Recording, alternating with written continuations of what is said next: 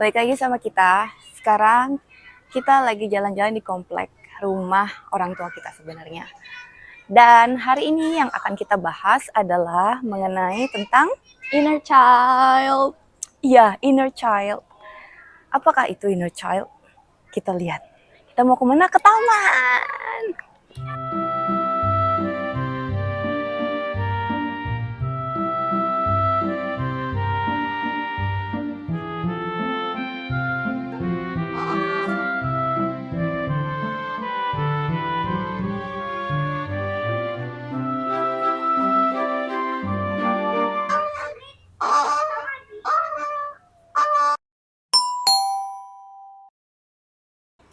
Jadi sebenarnya konsep inner child itu apa sih?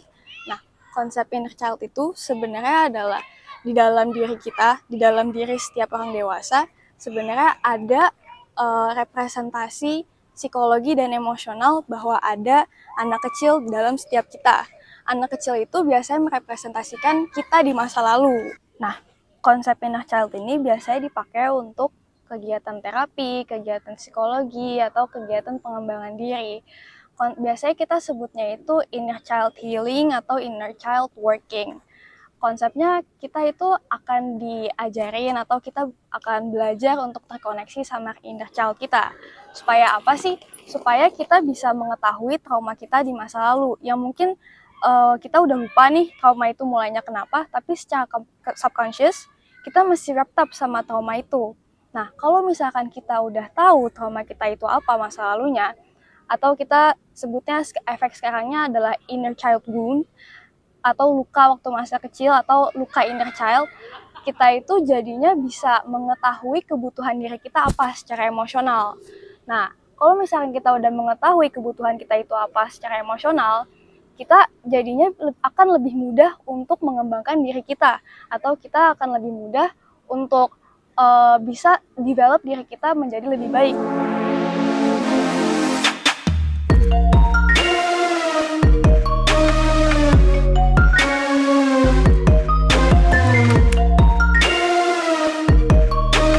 Guys, tadi kita udah coba main basket. Ini kita mau main game yang namanya disebut dengan taplak meja. Yuk, gimana sih kita mainnya? Guys, ayo kita main. 7 inner child archetypes menurut Dr. Nicole LePera. Yang pertama adalah abandoned child. Yang kedua, people pleaser child. Ketiga, inner critic child. Yang keempat, perfectionist child. Yang kelima, victimized child. Yang keenam, the enraged child. Ketujuh, detached child. Bian menang. Juara 1. Itu beli saham katanya. Terus jadi ini berdua punya Bian. Gak boleh diinjak. Jadi apa sih yang terjadi pada orang yang mengalami sudah besarnya apa-apa harus perfect? Yaitu waktu masih kecilnya, keluarganya, entah orang tuanya atau walinya atau tantenya siapapun itu yang berada tinggal satu rumah dengan dia, seringkali seperti memberikan standar yang tinggi. Bisa juga dibanding-bandingkan dengan orang lain. Contohnya, tuh anaknya Tante Helda lebih bagus nilainya daripada kamu. Sehingga dia berusaha untuk menjadi yang terbaik. At the same time, keluarganya juga memuji-muji dia ke keluarga besarnya. Contoh, tahu nggak si Diska ngegambarnya bagus banget. Si Diska matematikanya jago banget. Walaupun di depan si Diskanya, kamu harus bisa mendapatkan yang lebih baik lagi. Nah, itulah inner child yang kenapa sekarang orang jadi perfectionist. Oke, yang self-criticism. Dia sering banget dikritik oleh keluarganya. Bukan hanya oleh keluarganya, mungkin environment-nya. Contohnya kayak, kamu tuh ya, Diska, begini aja kok kamu nggak bisa sih? Kamu nyuci baju aja, kok nggak bisa sih, kurang bersih? Ini apaan nih? Lantai kotor banget. Diska, kamu begini. Diska, kamu begitu. Pokoknya banyak banget yang dikritik gitu. Kai, Kai.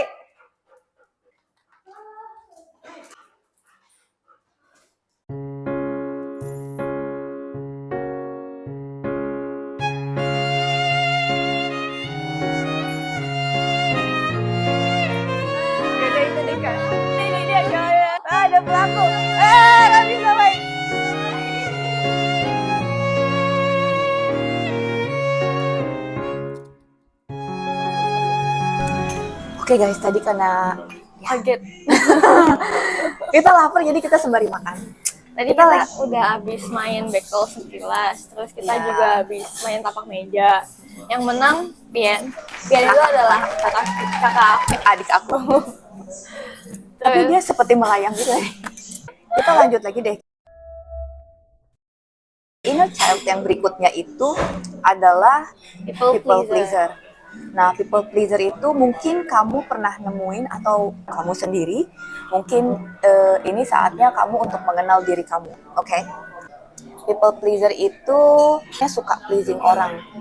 Walaupun dia sebenarnya udah capek, secara mental udah drain, Mereka juga sebenarnya mungkin nggak mau untuk pleasing orang atau serve orang. tapi dipaksa. Betul, mereka memaksakan diri untuk bikin orang lain senang. Ya, kita bikin contoh aja lah. Misalnya di kantor, tiba-tiba ada teman kamu yang minta tolong kamu, tolong ambilin minum dong. Padahal kamu lagi sibuk banget, dimana kamu memang harus fokus ke kerjaan kamu biar cepat selesai. Tapi karena kamu tipe yang people pleaser, kamu kayak kesel kayak, aduh, gue lagi sibuk ini kok, gue disuruh-suruh sih. Ya tapi tetap ngejalanin.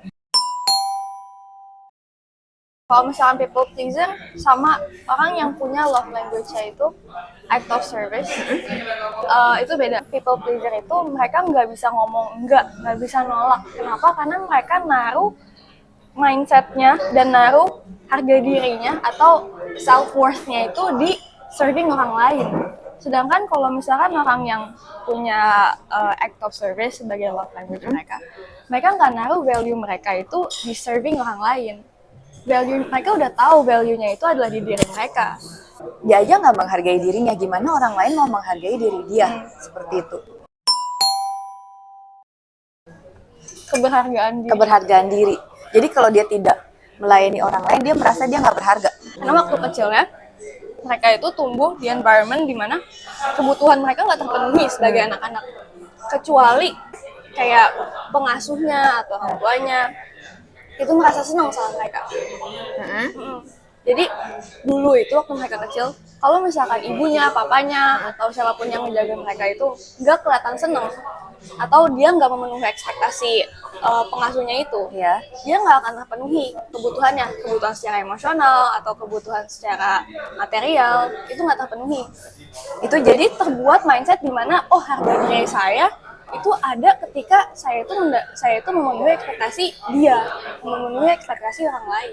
Dan kita juga, dan kalau misalnya kita besar dengan orang tua yang sama-sama punya masalah dengan inner child-nya, ya itu juga kita nggak bisa salahin mereka sepenuhnya. Kenapa? Ya. Karena mereka juga belum tahu bahwa mereka punya masalah Ya, secara benar-benar. emosional, secara psikologi. Karena mungkin mereka juga besar dengan orang tua yang seperti itu juga. Ya, seperti Jadi yang tadi aku itu namanya bilang. generational problem lah jadinya. Nah, untuk orang yang people pleaser, dia punya tugas.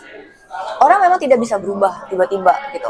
Tapi ini tugas untuk orang yang mempunyai tendensi pleasing people, yaitu adalah dengan coba untuk set boundary. Yang selanjutnya yang kita mau bahas adalah Abandoned child. Nah, jadi abandoned child itu sewaktu masih kecilnya, dia sering banget kayak dicuekin, ditinggalin, bukan hanya dari keluarganya, tapi bisa jadi dari teman-temannya. Kayak contoh, anak kecil misalnya dari keluarganya belum tentu lah, mungkin di pertemanannya. Dia waktu masih kecil, teman-temannya musuhin dia, nggak mendengarkan dia, nggak ada yang ngajak main dia. Nah, merasa di-reject saat dia mau temenan, terus di-reject, nggak punya. Mungkin juga di keluarganya secara emotionally tidak available untuk mendengarkan keluh kesah dia, gitu. Nah, efeknya apa sih? Biasanya orang yang punya inner child archetype ini, mereka itu kesulitan dengan self-esteem. Mereka selalu self-doubt biasanya. Mereka kayak ngeraguin dirinya. Karena mereka juga seek validation dari orang lain, bukan dari diri sendiri. Karena selama dia growing up itu, dia merasa gue tuh terus di-reject sama orang lain. Jadi mereka nggak punya the confidence to just validate themselves. So they're always seeking after other people's validation. Nah, karena aku juga punya experience seperti itu dulunya, aku jadi seperti self-doubting. Ada sekarang seperti itu, cuma nggak terlalu. Kenapa? Karena waktu aku SD, aku ingat banget, terima kasih dengan Bu Tuti, guru wakil sekolah aku waktu SD. Jadi waktu aku SD, aku kan suka gambar di buku pelajaran. Untuk beberapa guru-guru bilangnya, jadi cewek kotor banget sih, ngegambar sana, gambar sini.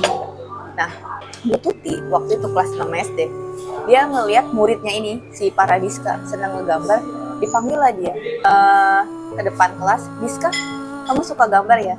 Saya masukin kamu ya untuk lomba ngegambar. Waktu itu lomba gambar se-Jabodetabek. Aku belum pernah lomba gambar sebelumnya, bahkan aku juga punya teman yang nggak pede lah. Tiba-tiba ada satu orang yang percaya, dia acknowledge my skill. Disitulah aku keboost confidence aku. Awalnya dari situ. Terus aku juara 1 lomba gambar. Terus aku jadi ngerasa, oh ternyata saya bisa. Nah, semenjak itu untuk skill ngegambar, aku ngerasa saya bisa. Dan aku jadi nggak malu untuk apply lomba-lomba gambar berikutnya. Dan karena aku juga confident dengan diri aku di skill aku yang itu, sehingga membuat aku mau latihan lagi dan jadi better di dalam drawing pada saat itu. Archetype yang berikutnya yaitu adalah Enraged child. Enraged itu kan kayak marah-marah ya, tapi nggak harus dia marah-marah setiap saat. Bisa juga dia kayak kesannya diam-diam aja, ternyata hatinya itu penuh dengan dendam, kebencian, amarah, sehingga ada momen-momen saat dia marah itu kayak bukan diri dia sendiri. Jadi dia bisa kayak bottling up emosi-emosi dia sampai suatu ketika dia udah merasa penuh banget, dia harus kayak keluarin semua amarahnya. Jadi dia bisa teriak, marah-marah kayak orang gila mungkin, sampai mungkin ada yang banting barang atau banting badan Atau nyakitin diri dia. Tapi menurut Ses, kenapa ada orang yang kayak gitu? Kalau menurut Ses, hai Mam, ini mama kita. Mama setia nemenin kita kemana-mana. Karena di rumahnya dia sering banget ngedenger teriakan. Atau di lingkungannya dia lah, entah sekolah atau apa, dia merekam itu. Jadi dia dari kecil, bagi dia teriakan itu adalah hal yang biasa gitu. Dan dia waktu kecil itu belajar bahwa, oh kalau misalkan orang marah-marah, tandanya ada tercipta rasa takut. Sehingga kalau misalkan ibunya marah atau ayahnya marah waktu dia kecil, dia itu juga ada rasa fear sama emosi itu. Jadi waktu dia growing up, dia belajar bahwa untuk melepaskan rasa amarah atau kayak emosi yang lain dalam diri, kita itu ternyata harus marah-marah, meledak-ledak gitu. Kayak anak kecil ada throwing tantrum kayak gitu, kayak mau beli apa-apa gitu, nggak dikasih sama orang tuanya, dia teriak-teriak banget kayak gitu nggak? Mungkin alasan orang tuanya marah bukan selalu karena anaknya juga. Seringan ya, kebanyakan orang yang punya enraged child, itu orang tuanya marah bukan karena kitanya juga, bukan karena si anak itu juga. Kadang orang tuanya marah sama hal lain, cuman orang tuanya malah blame anaknya dengan marah-marah. Instead of blaming yang targetnya itu, penyebabnya nggak di-blame. Oke, jadi Karena marah itu nggak salah, kita semua boleh marah dong, cuman cara melampiaskannya aja gimana. Kita itu berhak untuk punya emosi. Itu kan dari tubuh kita kayak punya alarmnya sendiri. Saya kesel nih, berarti itu batasan untuk kita kan, untuk berhenti gitu. Yang menjadi concernnya itu adalah efek dari si emosi itu. Apakah kita bisa mengontrol perilaku dari emosi kita itu yang jadi concernnya gitu. Nah, untuk orang yang punya kriteria seperti ini, ada tugasnya. Memang nggak bisa langsung berubah, ini perlu latihan. Yaitu adalah ketahui emosi kamu sebelum kamu meledak-ledak. Misalnya kamu udah ngerasa, aku kayaknya udah kesel, kamu ambil waktu sendiri dan kamu coba pikirin apa yang membuat kamu kesal. Coba mengontrol emosi. Kamu tahu teknik bernafas kan? Jadi kamu coba hitung 7-8 detik saat kamu mau marah. Nah, itu salah satu tekniknya. Nanti kalau mau marah lagi, hitung lagi. Seperti itu. Nah, yang ketiga, kamu juga bisa ikut kelas anger management. Nah, biasanya di kelas anger management itu, di situ berkumpullah beberapa orang yang punya tendensi seperti itu dan mereka akan tukar cerita. Heeh. Dan ya semuanya itu adalah memang butuh latihan sehingga terbentuk karakter yang baru dan menutupi karakter yang lama. Jadi kayak kita ada proses unlearning kebiasaan habit-habit yang negatif, terus kita learn hal baru lagi untuk gimana cope rasa kesel kita. Ya, benar. Oke guys, berikutnya itu adalah self apa deh? Victimized child. Jadi mereka, ini pasti kalian cukup familiar sih. Ini kata-katanya cukup trending soalnya. Ini playing victim banget sih, playing victim banget. Ya. Tipe yang kayak gini biasanya mereka punya mindset bahwa kalau mereka misalkan di keadaan yang nggak beruntung atau mereka merasa kayak lagi kesusahan, apapun itu yang mereka lagi hadapin dan itu bukan hal bagus. Bukannya mereka refleksiin diri, tapi mereka tahu ngapain? Nyalahin orang lain. Selalu bikin excuse buat diri dia sendiri juga kan? Iya. Bisa kan? Benar. Jadi kalau cerita sama orang, kesannya dia gitu yang merasa jadi korban. Dia suka nyalahin dirinya sendiri. Enggak, dia nggak nyalahin dirinya sendiri, justru victimized child. Sorry, dia nyalahin orang lain. Sus tau nggak? Sus buat salah apa yang disalahin siapa? Nah, itu bisa. Itu bisa. Tapi bukan. Jadi gini, ini juga nih contoh gini. Si A dia bikin salah. Dia ngebohongin orang lain. Ketahuan lah dia ngebohong. Dia bikin excuse dong untuk diri dia. Kayak, iya kan aku ngebohong karena si B namanya anggaplah Bim Bim. Kan si Bim Bimnya kamu kita. Si Bim Bim. Bim Bim duluan. Bim Bim udah nyakitin aku. Jadi aku harus selingkuh. Itu contoh. Jadi dia nyalain orang lain. Tapi ada alasan gitu juga mereka kenapa nyalain orang lain. Karena di otak mereka itu merasa mereka nggak berdaya. Mereka nggak punya kontrol sama situasi yang mereka lagi hadapin. Jadi segala macam misfortune, apa sih misfortune tuh? Ketidakberuntungan. Jadi hidup tuh kayak nggak adil buat dia kalau tidak met expectation dia kan. Jadi mereka kayak merasa kalau kita kalau ada ya, dia nggak tahu sih kalau misalkan ada lagi nggak beruntung nih, bukan nggak beruntung lah, ya, maksudnya lagi ada keadaan dia nggak menyenangkan hati lah misalkan, itu ada nggak akan bilang ini semua gara-gara dunia tidak adil dengan saya. Ada cuma akan oh ya udah it's just one of the days lah. Iya. Atau ada akan mikir pasti ini ada kesalahan ada juga, ada andilnya ada juga. Dan mungkin ya andil segala macam orang lah, termasuk diri ada. Jadi dia nggak nyalain satu orang atau ada nyalain orang lain sehingga dia cuma merasa ada adalah victim di sini. Dia nggak kayak gitu. Tapi kalau misalkan victimized child atau orang yang punya inner child yang kayak gini, mereka ya itu nyalain semua orang kecuali dirinya, karena mereka nggak merasa gue tuh nggak bisa apa-apa di keadaan ini, saya hanya korban. Nah, mental korban, mental korban.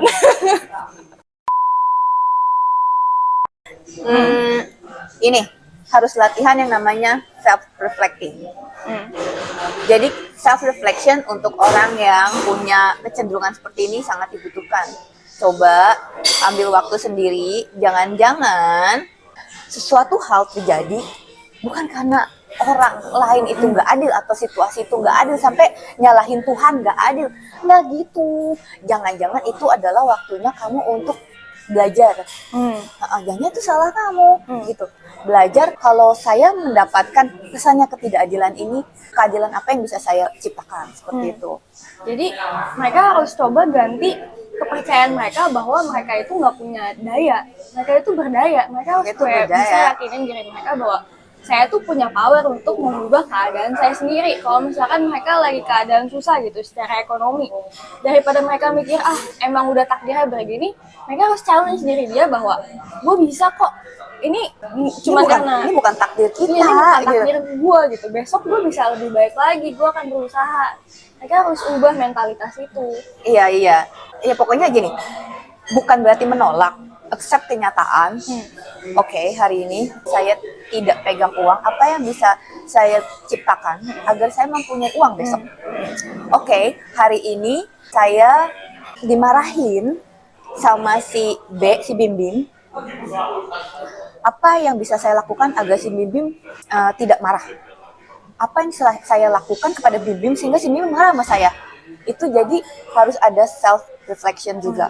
Dan orang yang punya kecenderungan victimized child ini, mereka memang agak susah untuk trusting others. Dan setiap ada masalah, mereka sering lari dari kenyataan itu, dari masalah itu. Instead of dia speaking up dengan counterpart, dia biasanya kabur. Kaburnya itu bukan hanya, gue kabur dari rumah, atau gue kabur dari masalah. Kabur dari masalah tuh macem-macem. Dia bisa silent treatment, atau dia bisa melakukan hal-hal yang tadi aku bilang. Ya karena si Bim Bim marah, jangan-jangan marahnya karena dia, harusnya dia ngomongin sama Bim Bim, apa yang membuat kau marah terhadap saya. Instead of dia ngomong gitu, dia malah kabur dan dia pergi ke luar dan dia selingkuh dengan menjadikan excuse, karena si Bim Bim marah aku jadi sakit hati dan aku selingkuh aja di luar dan mencari seseorang yang tidak marah sama aku. Hal seperti itu akan menjadi cycle. Mau kapanpun kamu kalau nggak selesaiin masalah kamu, dia akan datang terus. Sebenarnya masalah itu datang karena kita memang harus selesaiin masalah itu gitu. Udah, next. Yang terakhir, sebenarnya mungkin di luar sana ya menurut Ade ya, masih banyak inner child yang mungkin belum tereksplor. Sembari makan. Tapi in general, 7 ini yang paling common lah, ya kan? Ya, apa? Nah, yang terakhir itu adalah detached Child. Ya, detached. Ini pasti sus bisa relate by the way. Oke. Sama detached child. Kenapa?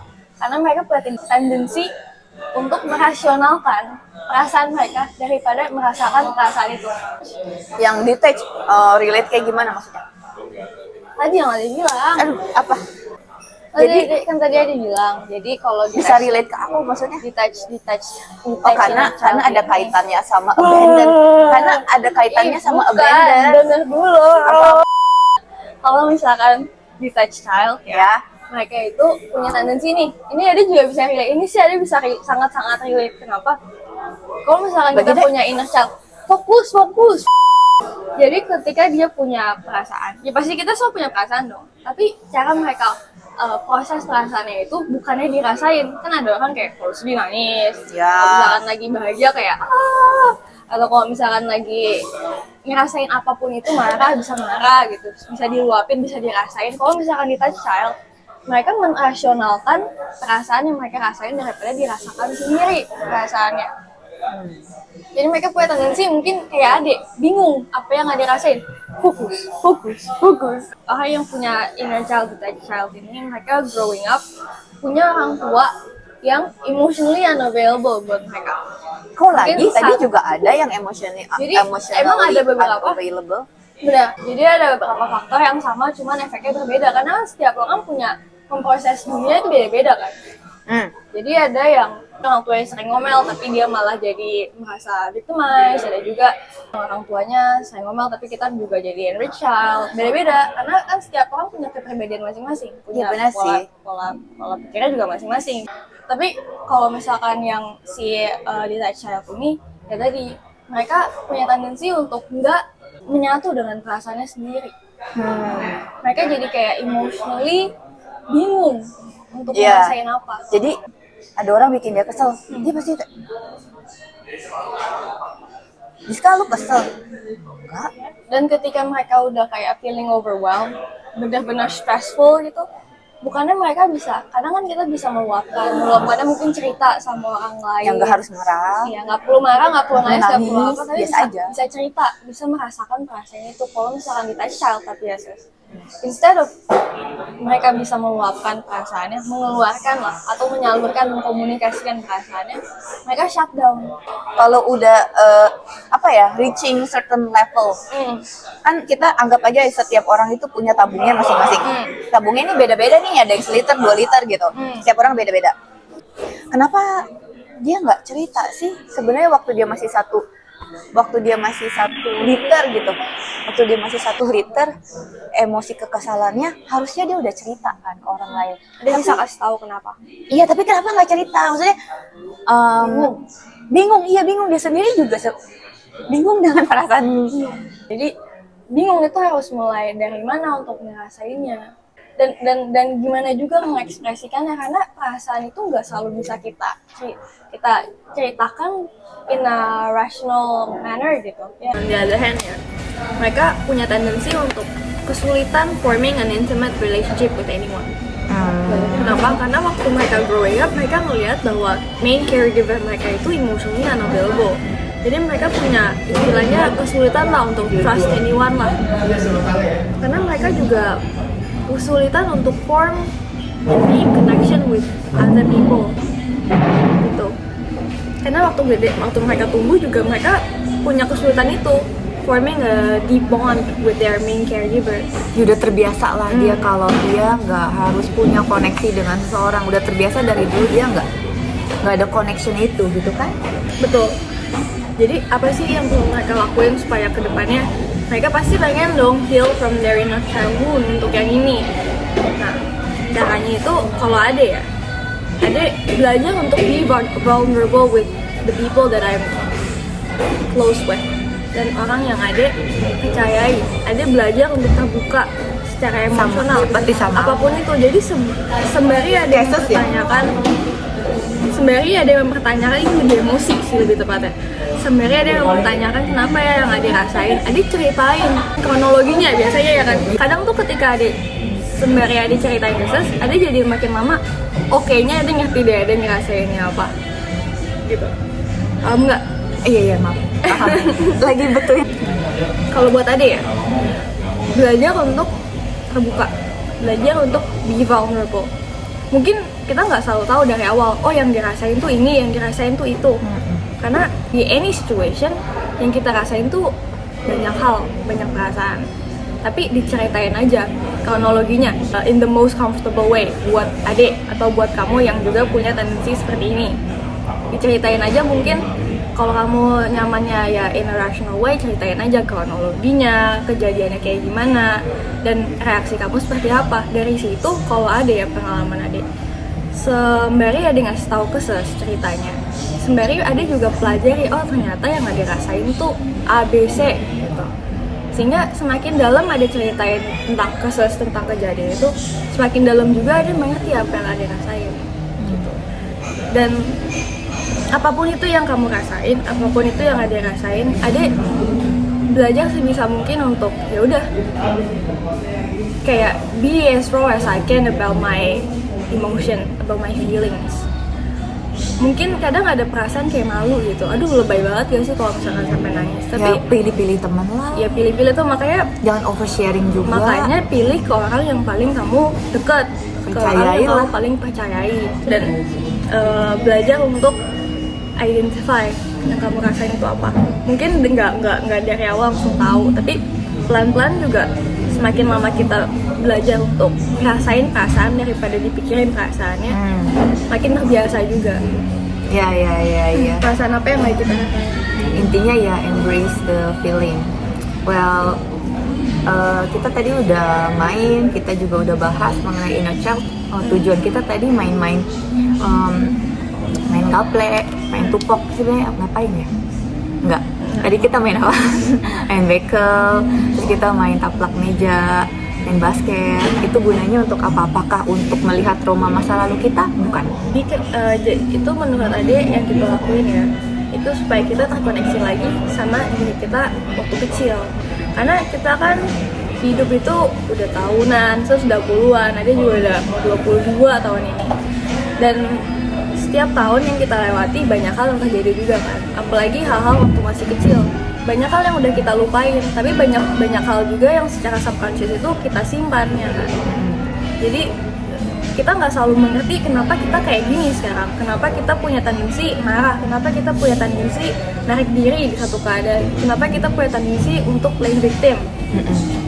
Dan yang kita lihat sekarang ini adalah dampak-dampak negatif ya dari segala itu, iya kan?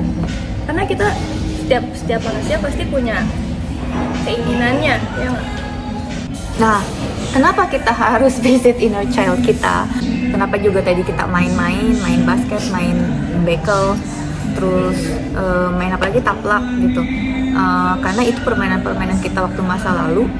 We wanna embrace kalau kita tuh sebenarnya punya sisi anak-anak gitu. Setiap orang pasti punya sisi anak-anak kayak gitu. Kita pengen, setiap orang itu punya sisi pengen being playful, pengen being joyful. Tapi karena adanya stres, ada tekanan, ada tanggung jawab, semakin besar mereka ngelupain sisi anak-anak itu. Padahal waktu masih anak-anak, sisi itulah yang dicari, kayak ada pureness. Dan di situ juga waktu kita revisit masa kanak-kanak kita, di situ kita jadi tahu. Dengan kita being back ke masa kanak-kanak kita jadi tahu skill kita apa, talenta kita apa. Karena banyak orang yang bilang, saya nggak punya skill, saya nggak punya talenta, kata siapa? Saya nggak punya passion, kata siapa? Lihat aja waktu masa anak-anak. Kalau sekarang what you're doing, just working misalnya, atau studying karena ada tanggung jawab, coba reflect waktu masih kecil, hobi apa yang kamu lakuin. Jangan, apakah itu basket, apakah itu gambar, apakah itu painting, atau sharing, atau ikut-ikutan apa namanya, osis-osisan gitu. Itu kan demen untuk jadi leader atau leadership gitu kan. Selain itu, revisit our childhood moment adalah untuk mengetahui authenticity kita. Tadi aku bilang ada skill, ada talent, setiap orang itu berbeda-beda gitu. Kalau semakin gede, karena yang tadi aku sempat mention, ada tekanan, ada stress, pengen ada belong, to be accepted. Jadi dia coba ngikutin untuk biar sama kayak orang lain, sampai dia lupa sebenarnya diri dia itu siapa gitu. Jadi kita harus accept diri kita dulu dan being authentic gitu. Being authentic nggak sekedar ngikutin orang ini orang itu sehingga kita jadi lupa siapa diri kita. Ada juga satu term namanya homoludens. Walaupun kita udah gede, kita tuh sebenarnya masih ada sisi anak-anaknya, pengen being playful. Sebenarnya dari kecil kita udah pengen compete, walaupun kita dengan main-main. Contohnya gini, kita main gobak sodor atau kita main benteng, pasti kan kita pengen menang, walaupun lawan kita itu bukan benar-benar kompetitor dan kita musuhin, nggak seperti itu. Mereka adalah tetap teman, tapi kita pengen menang. Bisa dibawa ke masa sekarang. Homoludens ini rasa bukan childish ya, tapi rasa playful, rasa pengen main-mainnya kita bisa ngelakuin di dalam kehidupan kita. Contohnya kita dalam bekerja, jadi nggak ada tekanan batin gitu. Waktu kerja seperti ada tanggung jawab, nggak seperti itu. Walaupun memang benar tanggung jawab, tapi kita bisa ngelakuinnya dengan main-main. Kayak kita masih kecil aja, seperti itu. Kita pura-pura menjadi racer misalnya. Jadi pembalap itu sebagai main-mainan aja. Nah, contoh lagi adalah waktu masih kecil main dokter-dokteran, dan dengan senang banget kita main dokter-dokteran gitu. Pas udah gede jadi dokter beneran, kenapa jadi stres gitu. Walaupun kenyataannya benar, karena banyaknya tekanan gitu. Tapi apabila kita coba embrace playfulness kita yang sebenarnya ada dari kecil, mungkin tekanan itu jadi bisa lebih berkurang, seperti itu. Nah guys, dari semua yang tadi senyum kita dong, matanya nggak senyum. Semangat. Oke guys, udah malam. Kalau inner child kalian apa? Nah, kalian bisa tulis di komentar, teman-teman. Hari ini kita udah dulu ya, kita mau pulang. Dan kita Makasih udah main sama kita. Iya. Makasih udah main sama kita. Nanti balik lagi di main-main. Dadah.